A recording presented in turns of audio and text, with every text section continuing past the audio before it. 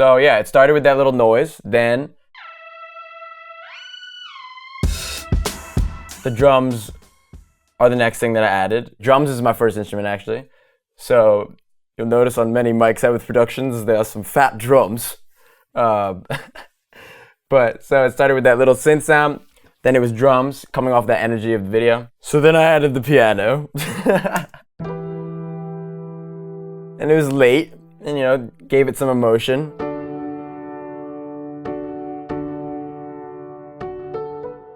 I really prefer to use live instruments.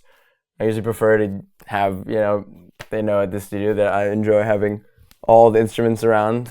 Humans can play them. But this song, honestly, I actually used the MIDI drums on this, which is rare for me. But I needed to get this idea out, so I did that. On this MIDI drum track, the source of the drum sounds I used are this, which is Tea Towel Legacy drums, which I enjoy to get that kind of tea towel sonic real quick. So this is just the sound of those drums.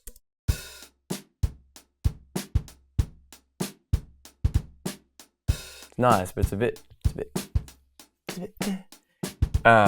So to give it a little more beef, I personally enjoy this plugin called Magnetic 2 by Nomad Factory. It gives it a little warmth. So this is it off, and then this is it on. Obviously making it louder, but it's also giving it a lot of that just like fatness, a little more grit, a little more color. I enjoy it a lot. And yeah, and this one was literally just one of these. Let's see if I can tap it.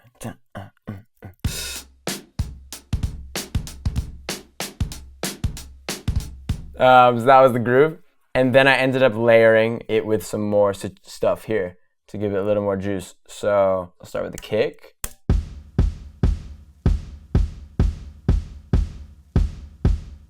Two kicks layered is really what's happening there. And one thing that I like to do for pocket, for drums, for example, is the milliseconds thing over here. If you're still learning Ableton, which one is it? Yeah, this one. It's hiding usually. This is something that is not easily found, I guess, or like you kind of have to push a button, because when you open Ableton, there's nothing over here.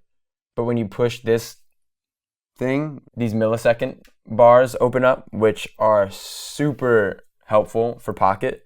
It's how you get the swing and how you get like certain pockets that just make the music fit, because like sometimes music wants to be on that grid, but oftentimes it doesn't. And that's, you know, the humanness of a player is something that's why we all love humans playing music. It's the best thing ever, and it's that the character of their playing is what makes it special. So to give certain pockets a little more character and something that just like you want that extra depth, the milliseconds are super helpful to just slightly nudge things around really easily, because obviously you can do it like this too, right? You can do the samples, you can go in, you can press command and the arrows and punch it a bunch of times and do that whole thing. But the issue with that is just that you might forget where you slid it, and you're like, I don't know what you want to do, and then it might just be easier. You might just want an entire track to be slightly nudged. These milliseconds are super helpful. I use them often. So for the kick pocket, for example, I stacked these two kicks, which individually sound like this. Okay, it's like airy situation. Let's see what else I did here.